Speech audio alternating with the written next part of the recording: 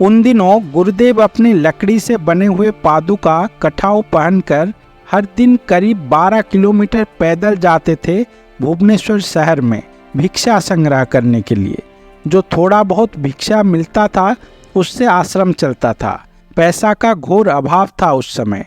जब प्रभुपाद जी महाराज भुवनेश्वर आए तो गुरुदेव उनके रहने के लिए स्टेट गेस्ट हाउस में व्यवस्था किए हुए थे, लेकिन प्रभुपाद ने बोला मैं वहाँ नहीं रहूँगा, मैं यहीं पर रहूँगा जहाँ पर मेरा शिष्य ने अपने लिए कुटिया बनाया है। ये कहकर प्रभुपाद वहीं गुरुदेव के साथ ठहरे, लेकिन उस समय प्रभुपाद के सोने के लिए कोई पलंग नहीं था। गुरुदेव तो नीचे चटाई डाल के सोते थे। गुरुदेव ने एक गृहस्थ भक्त से अनुरोध किया एक पलंग का व्यवस्था करने के लिए। फिर उन्होंने एक पलंग ला के दिए जिसमें प्रभुपाद जी सोते थे। प्रभुपाद जी महाराज के वापस जाने के बाद उस भक्त ने अपना पलंग अपने घर को वापस ले जाना चाहा। गुरुदेव ने कहा, अरे आप ये क्या कर रहे हो? उस पलंग में श्रील प्रभुपाद ने विश्राम किए हैं, वो हमारा संपत्ति है, आप ऐसा मत करो, आप दूसरा पलंग कर सकते हो, इसे आश्रम में ही रहने दो।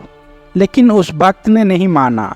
उसने कहा, अगर मुझे पता होता कि हमेशा के लिए देना है तो मैं ये पलंग कभी नहीं देता, मुझे तो मेरा पलंग वापस चाहिए। गुरुदेव के बार बार कहने पर भी वो नहीं माने। गुरुदेव ने उनको बहुत अनुरोध किया, उस पलंग को मत ले जाइए, यहीं पर रहने दीजिए आश्रम में, आपका बहुत कल्याण होगा इससे। आप तो भक्त हो, इस बात को समझते हो। जिस पलंग पर एक महाभागवत ने विश्राम किया है उसको और कोई व्यवहार नहीं करना चाहिए। अगर कोई करता है अपने सुख के लिए तो उसका अमंगल होगा। ये पलंग एक अनमोल संपत्ति है। लेकिन उस भक्त ने कुछ नहीं सुना और अपना पलंग ले गए। मनोहर दास कहते हैं, ज़्यादातर लोगों को ये बात का पता नहीं है, लेकिन मैं उस दिन वहाँ पर था। गुरुदेव उस समय टूट से गए थे, उनका मन उदास हो गया था। वो बहुत दुख प्रकाश किए कि मेरे गुरुदेव का स्मृति मेरे पास नहीं रह पाया।